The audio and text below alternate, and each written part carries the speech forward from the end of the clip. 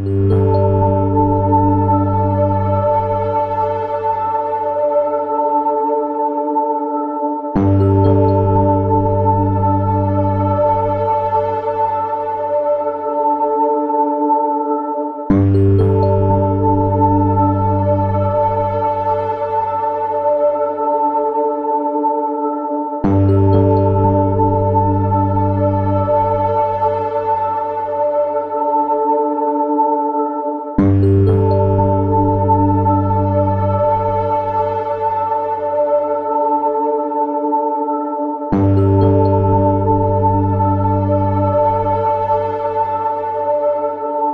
back to another edition of Inside Great Lakes Sailing. My name is Greg Norman. We're lucky enough to have with us today Chris Shepler, and we're going to talk to Chris about a whole bunch of topical things as it relates to the Mackinac race coming up. But Chris, we always start the show with a very simple question. You've been the good fortune of sailing with Bill Koch and with Buddy Melges. And Bill Koch designs himself as a contrarian, and Buddy Melges is probably as good a sailor there ever was at the America's Cup level. And I just wanted, if you could just give us a hint and an inside hint as what it was like to be around both those guys. Well, first and foremost, thanks for having me, Greg. This is quite an honor. And to answer your question, both of those guys are very strong-headed, very strong personalities. And I think Buddy was a father figure, was an extremely great coach. But if you crossed the line and didn't do exactly what you were supposed to be doing, he would let you have it. And I think that's the reason why he was as successful as he was, both at the America's Cup level as well as star sailing. So that is my take on Buddy. And I also would like to add one thing, that when he got on you for something, 5 minutes after he got on you, it was over with. That didn't linger. It was over with. And that's something that I try to take with what I do in business and my personal life, that, if I got to get after somebody, I will. But hey, it's over with. We've said our piece. Let's move on and have a great day. Now, Bill Koch, I wasn't as close. Obviously, when you spend 2 years of your life with someone, sailing with them, you become very close with them. Bill Koch, the owner of Matador, and ended up winning an America's Cup team. I never sailed with him on his America's Cup campaign. I was on Matador, which was his maxi boat, as he prepared to do what he did in the America's Cup. All that testing, all that stuff that he was doing on Matador really was put into I think it was A2, wasn't it? Wasn't it A3 or A3? A3. So back when I was sailing with him, he would come in. I remember in Spain we were racing in and around Ibiza, and it was a Maxi World Championship Series race, and we were out training in the Mediterranean there, and all of a sudden this huge, a 70, 75-foot boat comes at us with big bow spray, Hatteras type thing. And I remember Peter Grubb, who was the skipper of the boat, said, "Boss is in the hood." And here, sure enough, he comes in and comes up against us on Matador. We dropped the sails, and he jumped on and went around and introduced himself to everybody. And that was pretty much all I said to Mr. Koch. I was grinding at the time, so I was an integral piece of that team, whether I was either in the afterguard or on the bow, where I had to communicate. All I did was grind when they told me to grind. So although that was a fantastic experience, and I appreciate all that Mr. Koch did, because he treated us, like we were, rock stars, perhaps, that the food and the dining and where we stayed and all the perks that we got were, I don't know if they're still doing that, because I haven't sailed professionally in a long time, but back then it was, he definitely took care of his crew. I asked the question because in the newsroom at the time, when any America's Cup would come to San Diego, it was a sporting event. but nobody in the sports department had any sailing background. And I was the only guy with a boat. So I got stuck doing it. And I always found it interesting with Mr. Koch.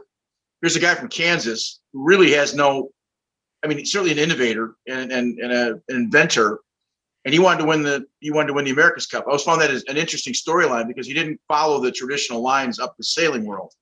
Yeah. And I found that to be, from a personality standpoint, I found that to be interesting. You're fortunate enough to at least touch greatness, if you will, and being around that. How does a guy from Harbor end up at the highest levels? I mean, obviously you must have grown up sailing in Lake Michigan. Yes, I did. And Dave Irish, rest his soul.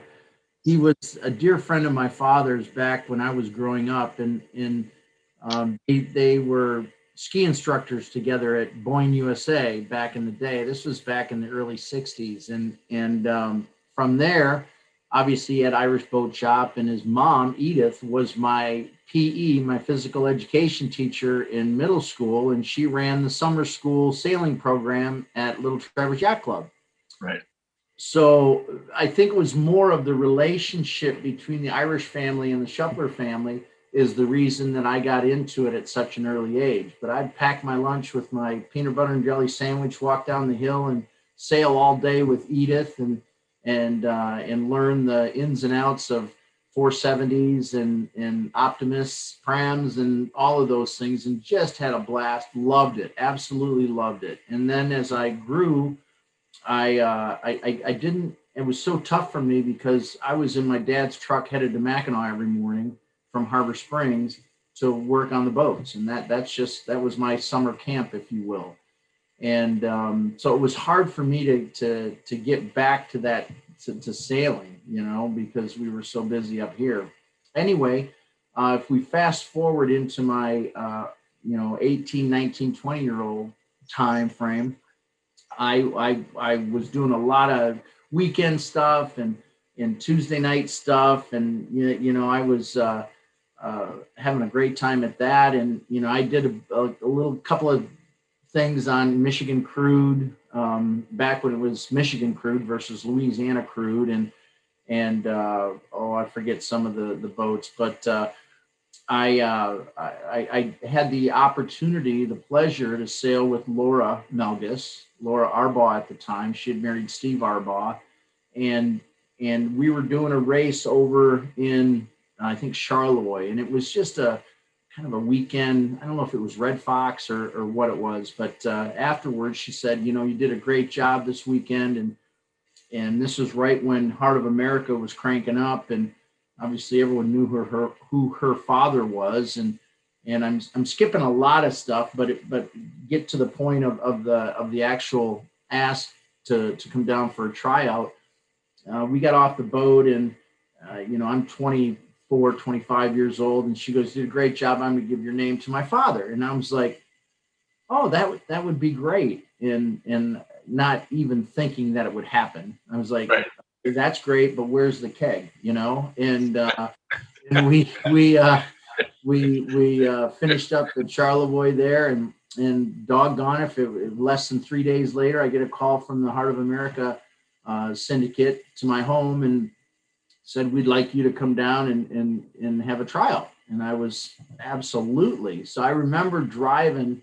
Steve set me up, Steve Arbaugh, at the time, again, Laura's husband, set me up and got me a room down near the yacht club. And I jumped in my Rabbit diesel and drove down that night, spent the night, early morning. I couldn't sleep, obviously, because I was so jacked. Went down to the yacht club, and there was the boat, this huge mast and no lifelines and all the things that, we saw on TV. It was right there in front of me. And, I forget some of the guys that were on the boat, but Dave Scott, who had just won the SORC on a J41, I think, or something like that, Blue Sky, the name of it was. And he was helming that day, and we had Bill Shore was on board with us. And I'm like, I'm in awe. I didn't know what to do, but we went out and sailed, and a week goes by, and I have all my clothes are dirty. I have no money, and I got to go back home. So I didn't want to tell them that I wanted to leave because I didn't think I was going to get invited back, but yet I knew I had to. So I said goodbye. And I remember the day because the women's U.S. sailing team was at the Chicago Yacht Club, and we came in on Heart of America. And I'm thinking to myself, I'm 24 years old, and all, this women's sailing team's on the dock, and I'm going to jump in my car and drive back home to Northern Michigan. I'm like, man, the timing was not right for me on this particular day. Anyway, I did that. The next morning, I had a phone call very early in the morning, and it was the Heart of America Syndicate saying, we want you back. Your tickets at the Pellston Airport. Can you get down here tomorrow? And I was absolutely. And the rest was kind of history. What did you do? Were you a grinder? No, I was a mastman. I was, okay. One of two mastmen. John Spence, he, a South Carolina guy, he and I ended up doing that duty on board. What skill did you have at that time that they saw? Was it something specific? Quick feet? And that's an interesting question because I don't often get that. And I want to say, yeah, it's because I was the greatest sailor in the world. But no, I wasn't. I wasn't very big. I was 6'2" at about 200. I had played football in high school and played football in college and played lacrosse at University of Rhode Island. And so I was in shape and I was pretty strong, but I think the ability to do whatever was asked of me without a question. I remember when we would ride bikes to and from. That's how we got around as a crew. Schwinn was one of our sponsors. It was a competition, whether we were eating, drinking, walking to the mess hall, whatever. Everything was a competition with us. And I got into that mindset of no one was going to beat me back to the hotel on my bike. And if we went for a run, I remember we were in Pasatiempo and we were training in Santa Cruz. We'd run the golf course in the morning, and I was not going to let anyone on that team beat me running. So I don't think it was really sailing related. I think it was someone that they knew that was going to be a team player and knew that whatever was asked of him was going to get done and or without question. So it was more of attitude than my sailing, expertise, if you will, if that makes sense. I think the axiom "right time, right place" for you has certainly had some benefits that far exceed the axiom, if that makes any sense. Absolutely. I'm curious, was Buddy as good a sailor as the legend suggests? I think he's better. And I say that because of he was one of us. He wasn't sitting on some pedestal, pointing his finger telling us what to do. He would not ask of us anything that he would not be willing to do. He wasn't Dennis Conner. Yeah. And golly, man, you'd go to war for that guy. You would jump off a cliff for that guy. And I think that, although albeit, being one of the finest sailers ever in the world, he's, if you look back, he's the Jack Nicklaus of sailing. And yes. And then, but to have the attitude that he had of, I'm not going to ask you to do anything I'm going to not ask of myself, with his acumen of getting the sailboat around the course, as well as his aw shucks kind of on the starting line, yelling at Dennis Conner, and Dennis was yelling at him, and Melgus was yelling right back at him, and this was Dennis Conner, and that didn't intimidate Buddy. Nothing intimidated Buddy, whether it was weather, whether it was somebody else. Tom Blackaller, and he used to get into it on the starting line, which was fun to listen to and watch and hear and sometimes bang boats around the Oakland estuary, which we trained in for 3 or 4 months. What did you learn from having been a Lake Michigan sort of small boat guy? All of a sudden you're on these world-class ocean cruisers racing against the best in the world. Did you learn something from that experience as a sailor? Yeah, well, sailor and life in general. I think in sailing, um, I learned not so much how to drive a boat, but just learn my position. I was focused on what was going on forward of the mast, and our team of three, which was the pitman, the guy in the pit that was hauling, handling the halyards, the bowman, and myself. I learned, the different types of, well, first of all, I learned to look down range all the time. There were many times, buddy, we went out and sailed for 2 hours, and he said, "We're not saying a thing. We are not talking. You guys got to get your head out of the boat, and you guys got to get yourself down range and focus on what's going on and anticipate the next move. Don't wait for me to say something. You got to anticipate it." So I think that was the big thing for me. And I use that when I'm driving these ferry boats on any regular day. Right. When you've got to look 3, 4, 5, 6, 7 waves down the shore to create a passage that is the most comfortable for your guests. So I think just anticipatory things were the big things that I learned with sailing. And of course, the ability to listen to Bill Shore and David Dellenball in the back of the boat, trying to get the boat in its best possible positions. And when, we raced Stars and Stripes or America 2, when things were at a high level, it was fun to listen to those guys kind of communicate on where we should have the boat at any given time during the day. And it wasn't where the boat should be now. It should where the boat is going to be in 10 minutes from now.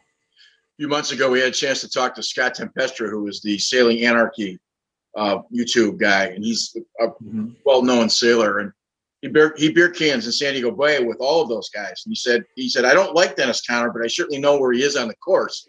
Even at the age of 77, there's still that great respect for what the knowledge was."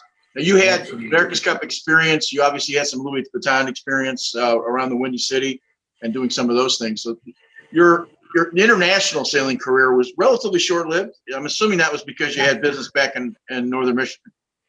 Yeah, I remember after the America's Cup, I got back from Australia, and I wasn't home a day when George and John Eustis, which is a big Detroit name, Natissima was their boat. It's a 50-foot Freres at the time. It was, it was a beautiful boat. I'll never forget that boat. And George and John, those two were so gracious, and they wanted me to come down and do the SORC with them. And so I did, and just absolutely loved that time down in the SORC sailing with those guys. We actually won the St. Pete to Lauderdale race on that boat, which was one of the oldest 50-foot boats in that race at that time. So yeah, I kept it going for about 4 years. And then when A3 was organizing, they had called me and asked me if I wanted to drive the tender. And I thought, God, that would be fun. I would love to do that. I'd love to be a part of the team and possibly sail when I could, and maybe not, whatever the case might be, but still be on the water and be a part of that team. And then, in talking with my family, my dad, more than, I guess it was my dad, and we were starting to, really progress with this company, and I didn't have any money in my pocket. I had no money. I'm 28 years old, and I got nothing to my name. I sold wind boards, sailboards. I sold bikes. I sold everything just to have some money in my pocket. And I knew that this business was growing, and there needed to be some help. And I knew this business was going to be my end game and what I wanted to do when I grow up. And I thought it was time to, all right, so I'm going to sleep in my own bed and have a car, those little things that we all have when we're growing up and want when we're growing up. And it was that time for me. Before I move on away from the sailing, did your price as a pro sailor go up after the experience with Buddy? Were you worth more? What's that? Were you worth more? I wish I could say I was, but back then guys weren't getting paid. No one was getting paid. They were we were being well taken care of, but we weren't putting 100 grand in our pocket, and we weren't putting 20 grand in our pocket. So while I maybe classify myself, or I've been classified as a professional sailor, and I think that's true when I was in the America's Cup, because we made $70 a week for that 2 years of my life. And when I sailed for other people, such as Bill Koch or Kenny Reed, I did some things with him on Mustang. I've raced with him a bunch. He's a friend of mine from prior to the America's Cup, but we never got paid to do that. I got paid in the America's Cup, but that was about it. And right when I was getting out, that's when guys were starting to get paid. The Stewie Argos of the world, my good friend from Detroit, who is probably one of the finest sailors I've ever had the opportunity to sail with. Those guys were starting to get paid, well-deserved pay too. So, but I was never there. Chris, one of the threads in this series that's been amazing is realizing and talking with all of these different people. You said Dave Dallenbaugh. We've interviewed him. We've interviewed Dave Perry. We've interviewed a lot of those kind of guys. But the respect that we have around the nation, and for that matter, internationally, to Great Lakes sailors, I'm not sure we recognize just how good of sailors there are here. There's some serious people that can sail boats here. You're one of those guys. Well, thank you. And I agree with you 100%. And I also agree with little boat sailors make really, really, really good big boat sailors. And I'm not so sure that big boat sailors make really, really, really good big boat sailors. I think knowing the little boats and feeling what wind shifts do to little boats, both as a crew and as a skipper, I think we miss that when we're big boat sailing. As far as lake versus ocean, absolutely. I mean, water is water. Your wind is wind. Right. But we're considered these little ponds, and not sure anybody really realizes how big these little ponds are here in the Midwest. Right. And Buddy Melgus is a perfect example. The wizard from Zenda on Lake Geneva, and he becomes Yachtsman of the Year twice and 2 gold medals and just crazy stuff from a little town. We're both involved in the ski world for a long time, and in the mid-90s, we decided when we had smaller children, how do we get kids out of JOs from Colorado when they'd only have the first half of the hill, they would be competitive, and the second half of the hill, they wouldn't. And Buck Hill comes along. We start realizing that mileage is mileage, whether it's on 300 vertical feet or whether it's on 5,000 vertical feet. And all of a sudden, we start to produce Olympians from Minnesota, from Michigan, college racers from this area, because skiing is skiing, and it's kind of the same approach. You can't underestimate the geography, or in this case, the opportunity of where you sail, and it kind of changes some things. I got a couple of quick questions. You mentioned you picked up lacrosse. Now, from Harbor, you go to Ohio Wesleyan to play football and go to school, and you end up at Rhode Island. There has not been any lacrosse. I'm a college lacrosse coach. I'm curious as to where you picked up lacrosse. That's a great question. So Ohio Wesleyan, I went 2 years and 1/3 term at Ohio Wesleyan, and I played football for 2 years. I was on the basketball team for 1 year. Realized I couldn't do basketball and football, and I really liked high school basketball, but I didn't really like college basketball as much as I like college football. Right. And we're talking a small Division III. No, I get that. Yeah. So from there, I was asked I sailed for Wesleyan as well, who was in the top 10 in the country at the time, with the likes of USC and Michigan State and, the Naval Academy and so on. But I didn't do the little boat stuff because I was too big. But when we did the Kennedy Cup out in Annapolis, Maryland, I went with the team to do that. So back to your question, and I got into rugby for whatever reason. I think it was my size, perhaps, that my buddies were like, come play with us. And I did that. And while it was fun, it was 1 year and I was like, okay, I'm done with that. Right. then I leave and I spend a year out in Vail, Colorado skiing, and I come back. I knew I got to get back into school. My buddy that from Ohio Wesleyan, he transferred to URI. And he said, you got to get back into school. I said, I know. I think his father probably, who was a prominent construction owner at the time, Brad Dimio, who was, again, one of Kenny Reed's good friends. We all hung together. And so I'm sure there was some influence there that got me into Rhode Island, because it certainly wasn't my grades. And although I got my grades up and much better at Rhode Island, so I'm there. I meet some guys. They're playing, lacrosse, and they go, hey, you should try out. Big athletic guy. And I said, okay, sure. So I did. I made the team, and I became a long stick defenseman. So I couldn't handle the ball very well, but I certainly could hit, and I certainly knew where to position myself defensively to get between the offensive guy and the goal.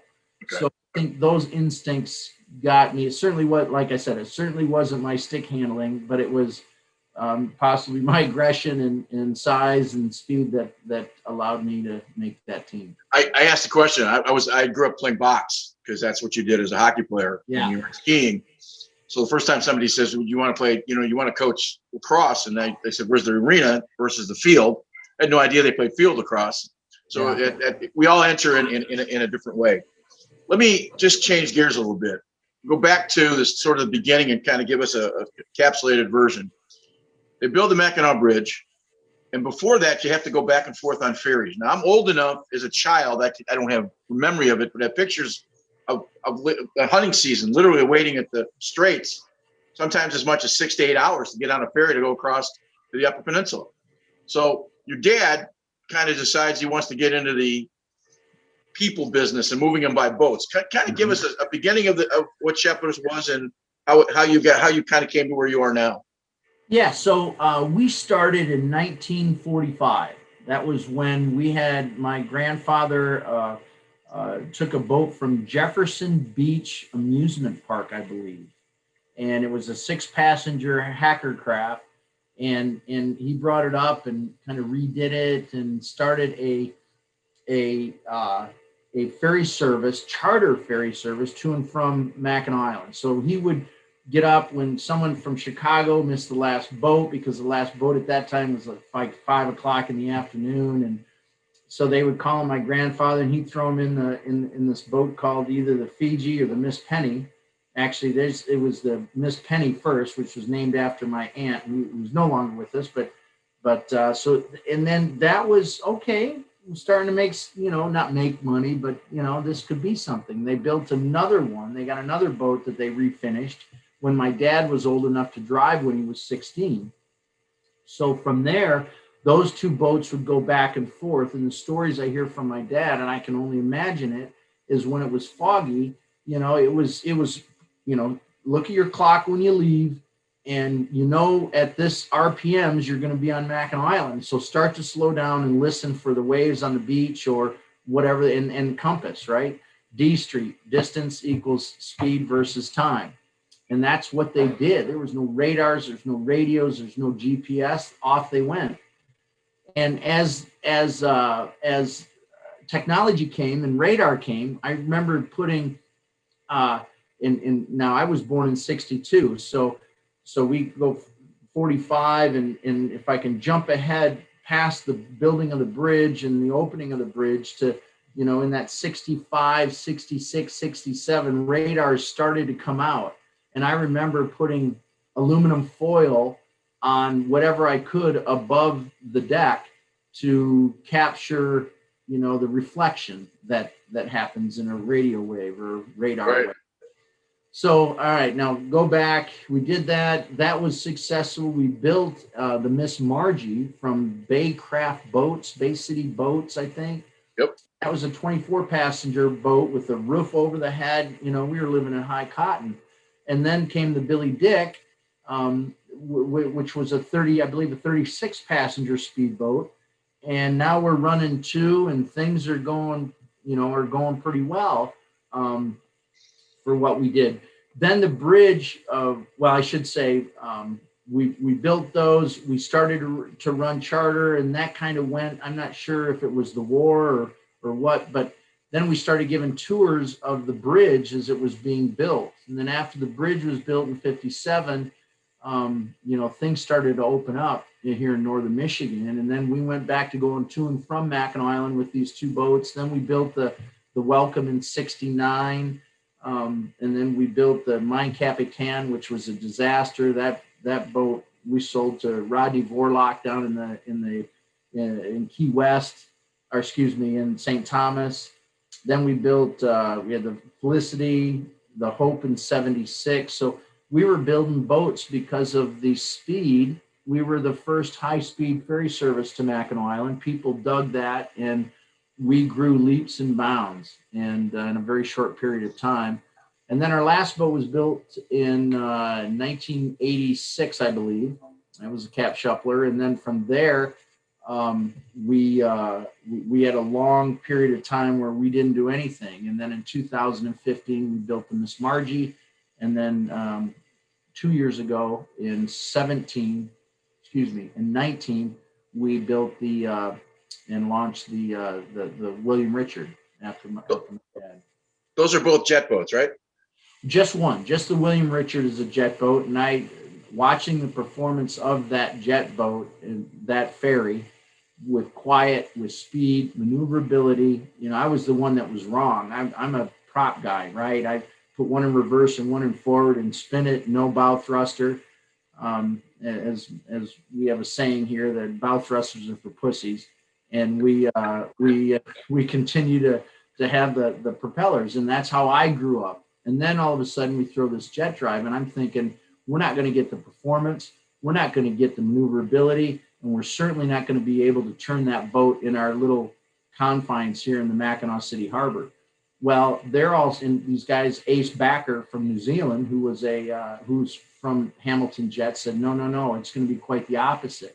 And I'm like, no, you don't understand. I think you have 40-mile-an-hour winds here, and there's nothing. It's like, props are four-wheel drive versus, jets that are riding all over the place. And I couldn't be more wrong. And I am so happy I couldn't be more wrong, because that boat is a dream. And I wouldn't be a bit surprised if we, whether we build another boat or not, but I bet you we retrofit some of the boats we have right now into a jet drive system, because it's quiet, it's fast, and it's very maneuverable. It's in excess, the jet boat's in excess of 40 miles an hour, am I correct? Yeah, yes. Light loaded. As that thing loads up, that's where jets versus props, there's a little difference there. The efficiencies when you load up a jet boat, those efficiencies, that curve is pretty steep downward. So our top speed empty is 40, our top speed full with carts of luggage and full people, we're in that 31-mile-an-hour range. So it drops considerably, but it's something we can handle and something that we can keep on schedule. Typically, your start of the season, end of the season, how many passengers do you carry in a year? We've never really sat down and counted them. I mean, we've got counts of adult tickets and child tickets, but there's so much more than that. There's group tours. There's people that we give out free tickets to, or trade tickets for airtime on radio stations and so on. So to throw a dart at the wall, I think we're in that 600 to 650,000 per year. Now, last year, obviously, that we were way off that mark, but 19 was our best year ever, and we were in that 600,000 range. And what we're finding right now, and I'm not sure if this video is dated or not, but this year in 2021 is incredibly it's over from what we did in 2019. So we're very excited about that. We're always wondering in COVID, here we got this $5 million platform we just built, and COVID hits, and we're like, oh, geez, we worked with the banks and got through it all. And did we, or would we really need another platform? At the time when we were leaving people, especially in St. Ignace, yeah, we needed it. And then COVID, God, we don't need it. And what are we doing here? And this year, it all worked out, because right now we're needing it on a daily basis. You're the only service to the island, am I correct? There's one others, and I can't remember their name, but they're down the street, and yeah, we have competition. Sound like you're from Ohio State. I think my wife's involved in the NBA and the travel business. She's a travel director for the Pistons. And I can tell you from their corporate business, it's getting ramped up at a rate that is almost scary, because everybody just when the floodgates open here, and I think not too long, maybe midsummer, I think it's going to be kitty bar the door, because it's just, you can just see it coming. You know, the wave's coming. I'm not sure everybody's going to be ready for it, because I think the tidal wave is going to be bigger than the demand is going to be much greater than the possibilities. So it'll be an interesting summer. I'm really curious. They're doing a lot of work on the Mackinac Hotel on the island. They've done all kinds of improvements. Does that help your business? You know, I think it does, and I'm of the school from what the Grand Hotel is doing is spot on. And they just, it's just, the company that owns them is not a small little that don't know what they're doing, and they borrowed their last dime to do it. This is a company that has backing. This is a company that is forward thinking. This is a company that knows what's going on 2 years from now, and are so downrange. It's unbelievable. And the conversations that I've had with Doug Dean, who is the new Dan Musser of the hotel, even though Dan is still there and acting as CEO or chairman of the hotel, Doug is pushing the buttons. And to put $10 million into the pool area, which is what they did over the winter, in a very aggressive schedule. And luckily enough, it was a mild winter for them to continue to work, plus redo 300 bathrooms within the hotel in the first year of owning the hotel amid COVID. Right. All those things, I scratch my head. I'm like, oh, that is crazy. I'm sitting here walking on pins and needles with a $5 million purchase of a new boat. These guys are just dumping money and bringing the hotel up to where the standards of not just Michigan. And I think that's where people get lost when they say, oh, they're doing a disservice to the hotel and they're doing a disservice to that pool. What they've done down to the pool is what every other large, hotel of this type and higher end hotels of this type, they had to get equal with all of those other hotels that are out there, and they're doing just that. And I think it's wonderful, and I think it's going to be great for us. The more people they have in their hotel, the more we're going to carry people. I think the clientele is ready to do so, to spend their nights on Mackinac Island, and maybe spend a little bit more in that hotel for a room night. But yet I think the amenities are going to be spectacular once they're, and I'm going to say once they're all done, but I don't think they're ever going to be done. But once they continue with their thought process and roadmap that they have.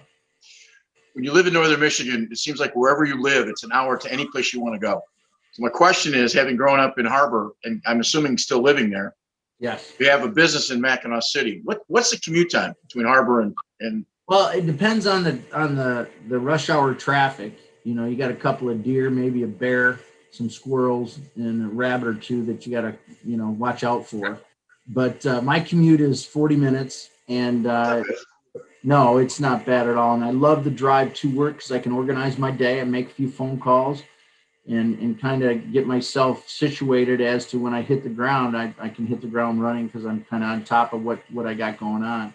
The ride home is a little different. If you're going to be here at work, and I don't do this much anymore, but I remember driving boats and, just being here for 14, 15, 16 hours and jumping in the car and driving home. That gets tough around the Pellston area when you're grinding to keep your eyes open. But, I find now the golf course that I play at, True North here in Harbor Springs, is kind of 3/4 of the way to right on the way to my home. So I mix in, maybe some putting or hitting balls on the range. I've gone from sailing to golf. That's my passion now.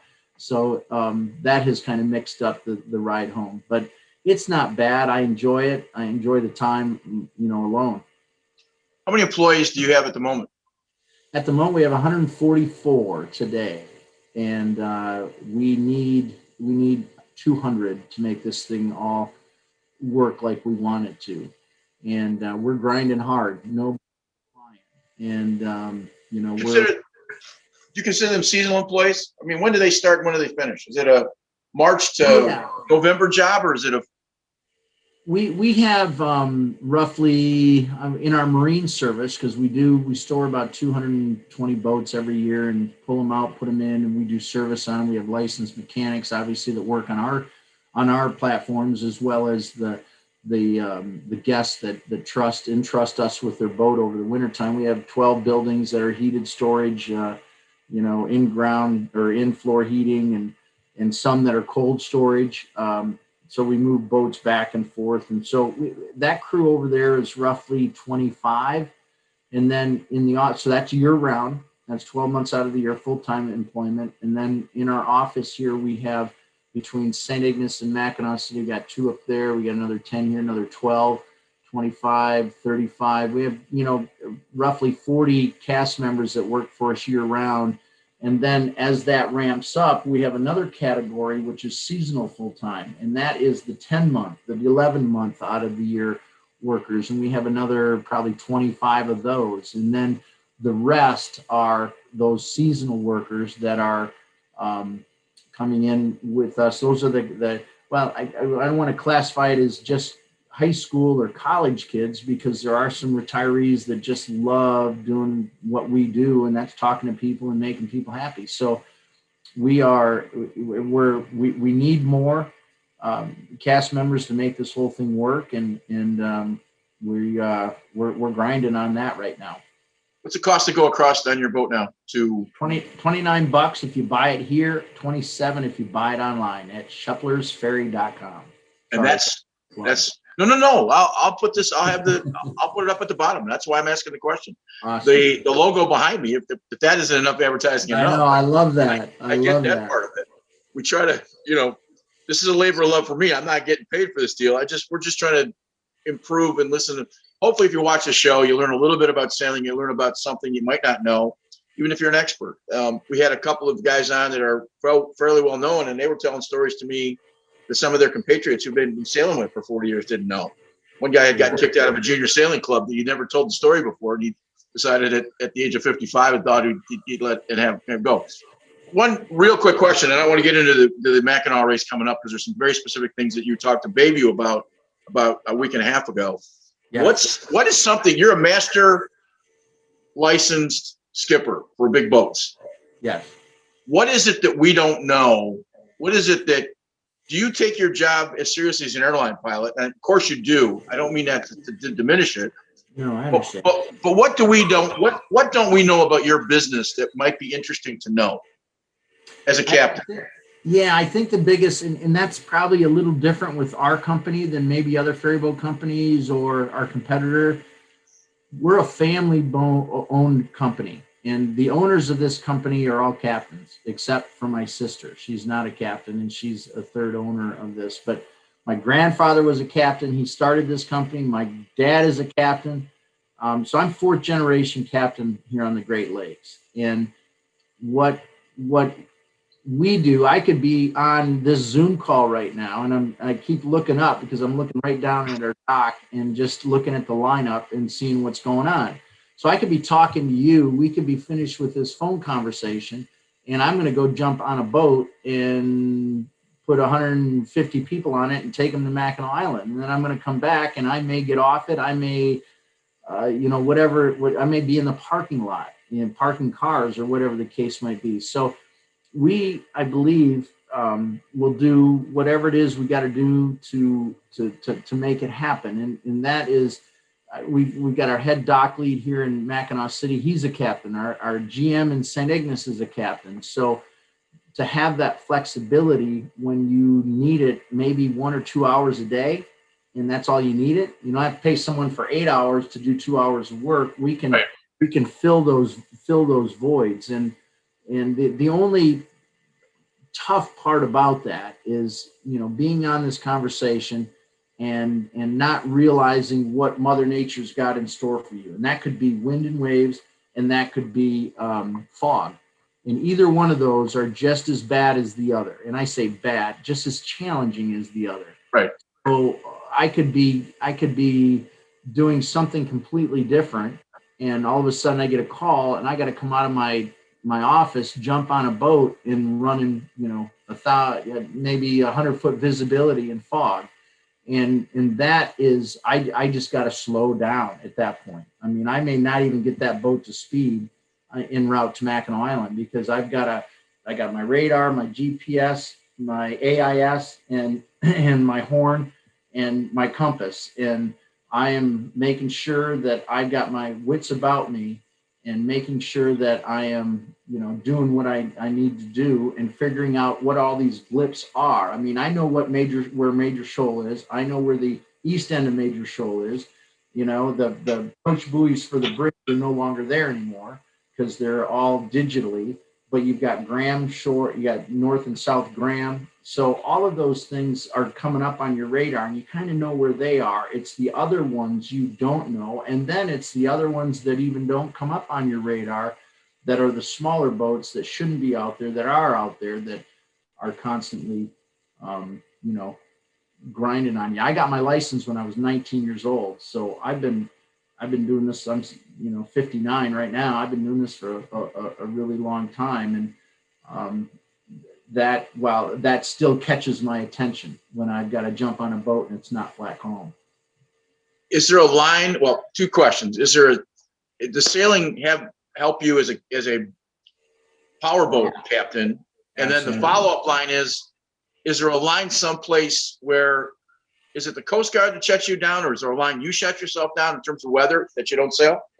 Yeah, the second part of that question, our captains are in control of that. Okay.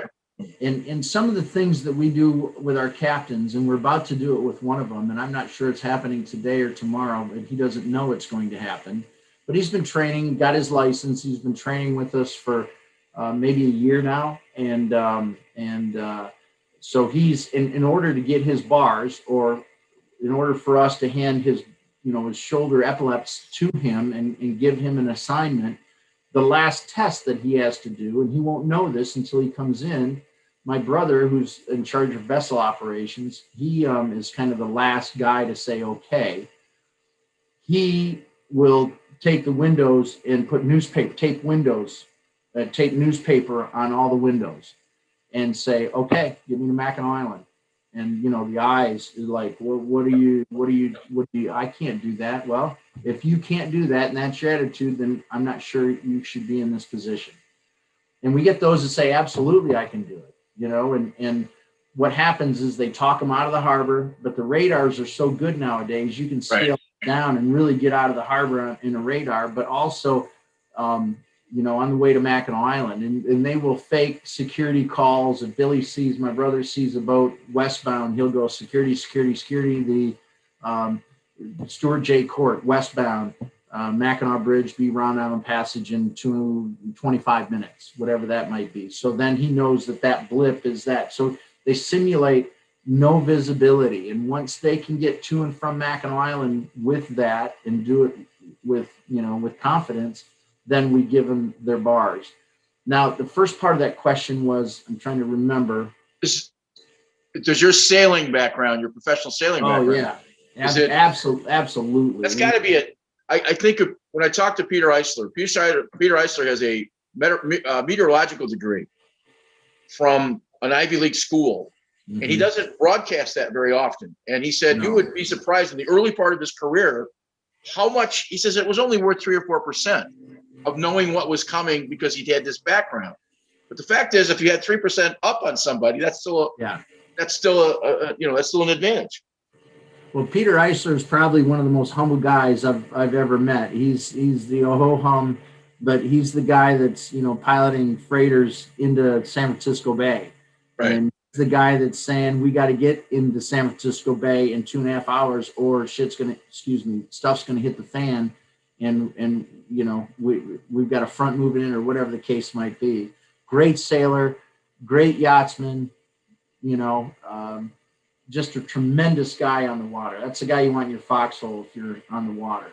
And all that background that you've had makes you better at what you do now. Absolutely. And if it's just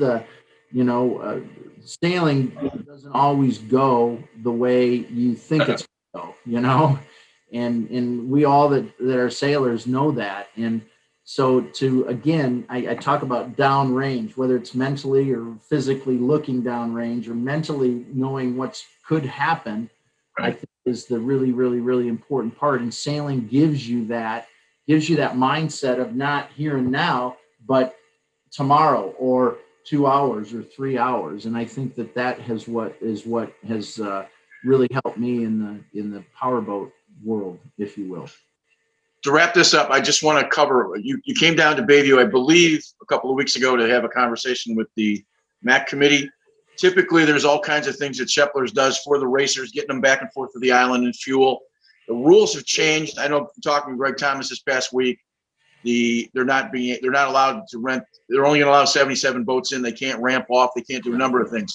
So if you're a sailor and you're coming north, talk briefly about what you talked to the folks at Bayview about. Yeah, I think that the first thing that I wanted to bring to their attention, which is different from past, and I'm a believer. I mean, here we go again, downrange, right? Well, let's figure this out before they come to our dock and are upset with us because we're not doing it like we did before. Right. And the reason why we're not doing it, we had a freight service for over 20 years, and it was a boat that we bought from Put-in Bay, Miller Boat Works, actually, 65 foot. We lengthened it to 95 foot. Then we completely redid it, new engines, new deck, new pilot house, all of that. And we found ourselves we weren't making a lot of money, but we had this huge liability. So between the insurance company and ourselves, we came to the conclusion, or the question is this worth it? Is this company worth it with what we do, taking large pieces of equipment over very angry pieces of water at times? So whether that's wintertime, in ice or big seas. So we decided with Veronica Doborowski and Dan Musser, Dan bought our freight company, and it was perfect timing. I think it was a win-win-win for everybody. Win for Mackinac Island, win for Arnold Freight, and win for us, because we weren't doing things that that weren't making us a lot of money, and they were a lot of work. So they bought us, and now when you transport fuel across the water, you can't put fuel and mix it with passengers. Obviously, okay.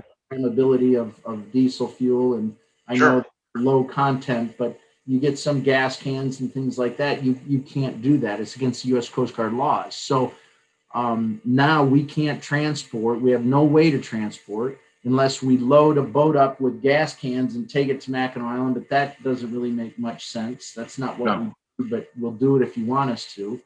And so I had a Zoom call with the Board of Governors of Bayview and just wanted to fill them in on a new procedure.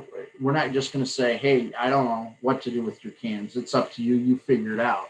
We wanted to find a way to still help those that are going to go from Mackinac Island to Harbor Springs for the Yugata Regatta, or head to Chicago for whatever race is first. And I'm not sure which is this year. However, we've figured out a plan to continue to help those that have gas cans to get them to the next gas station. Mackinac Island isn't really known for their fuel, only because it's tough to get it there. Right. So we're going to take care of them, and we worked with Veronica and Arnold Freight, who's the CEO of Arnold Freight. We worked with her. We got a great working relationship with them, and worked out a plan to get those cans to the island on Monday morning for everyone. And so that was my explanation to the governors, so they knew, and do with it what you want with that information, but that's what we're going to do. And they've passed that along to their sailors, and hopefully it'll make it a smooth transition of doing things a little differently than we did in 2020. Are you racing either Chicago or the Port Huron race? I haven't stepped foot on a sailboat in it's been a while. I shouldn't say I have stepped on a sailboat. My father-in-law owns a 65-foot an old hood boat that is just in immaculate shape, and he's got it down in Lauderdale, and I go out with him every once in a while. But I haven't raced competitively in probably 15 years. And Hans Breeden, Stewie Argo, those guys like, come on. And I'm like, 4 knee surgeries and back surgery, and I just can't get around as the boat like I used to.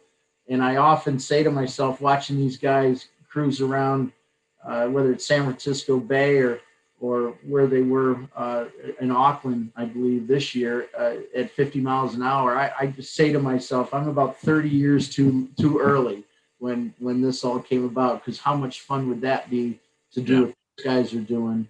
Well, the other side of that is, and this is the argument we've been having lately, is it running junior programs? Do you maybe think about buying a foil boat so kids get that experience? But I've said since day one, if you're wearing a helmet, and you know this from ski racing, if you're wearing a helmet and you're sailing, it's not sailing. It's a whole nother sport.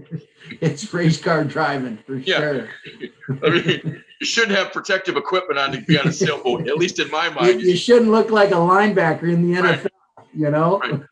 Now, do you still hold your memberships at both Bayview and Chicago yacht clubs? I'm not a member of Chicago. I am a member of Bayview, yes, and I hold that dear to my heart. I love that yacht club. I love the people in that yacht club, and I'm a fond supporter of, and our company's a fond supporter of the Bayview race as well. Yeah, and not too long, you're going to have, from what I understand, from having I've gone by the outside several times, it's going to be an unbelievable clubhouse as well. So it's kind of cool. Well, listen, I really appreciate the time you spent. I just think it was such a cool conversation, and it's amazing how many points on the map that we have commonality. And then you're talking about golf. You can actually now say at your club you had an hour conversation with Greg Norman. Unfortunately, unfortunately, he's blonde and rich, and I'm not. So, but you're much more entertaining. Yeah. I love this time with you. I've really enjoyed this last 45 minutes. And you make it so easy. We would like maybe during the race at some point, maybe sometime this summer, we're starting to branch out to do other kinds of stories about some things. And I'd like to maybe have come up and maybe do something on the jet boat. I think it would be interesting for people to understand the difference between those two kinds of boats. Yeah.